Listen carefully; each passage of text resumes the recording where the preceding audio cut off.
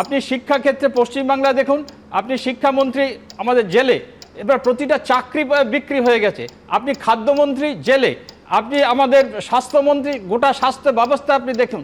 আরজি করের justice for আরজি কর গোটা বাংলাকে কিভাবে কাঁপিয়ে দিয়েছিল রাত দখলের আন্দোলন, এবং সেটা কিন্তু আজকে আপনি মিলিয়ে দেখুন যে ছোট আকারে হলো, কিন্তু তার সঙ্গে বাংলাদেশ বা নেপালের কোথাও একটা আপনি সুরের মধ্যে মিল পাবেন।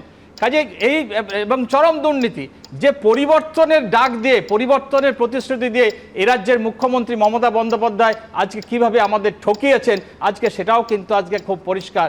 প্রত্যেকটা ক্ষেত্রে চরম দুর্নীতি, চরম একটা নৈরাজ্য, পুলিশের শাসন সর্বত্র। ঠিক একই রকম আপনি যদি গোটা দেশের ছবিটা দেখেন, আপনি কাশ্মীর দেখুন, আপনি মণিপুর দেখুন, আপনি লাদাখ দেখুন, আপনি ছত্তিশগড় দেখুন, আপনি আসাম দেখুন। একদিকে বুলডোজার, যেখানে বুলডোজার সংস্কৃতি, বুলডোজার রাজ, আপনি আসামে, আপনি দেখুন উত্তরপ্রদেশে কিভাবে ভুয়ো সংঘর্ষে মানুষকে হত্যা করা হচ্ছে। আপনি ছত্তিশগড়, যেখানে ডেডলাইন দিয়ে দেশের স্বরাষ্ট্রমন্ত্রী তিনি ডেডলাইন দিয়ে দেশের নাগরিকদের হত্যা করছেন এবং বলছেন যে 31শে মার্চ 2026-এর মধ্যে সমস্ত মাওবাদীদের মধ্যে হত্যা করবেন। এটা আমাদের গণতন্ত্র? এইখানে আমরা দাঁড়িয়ে আছি।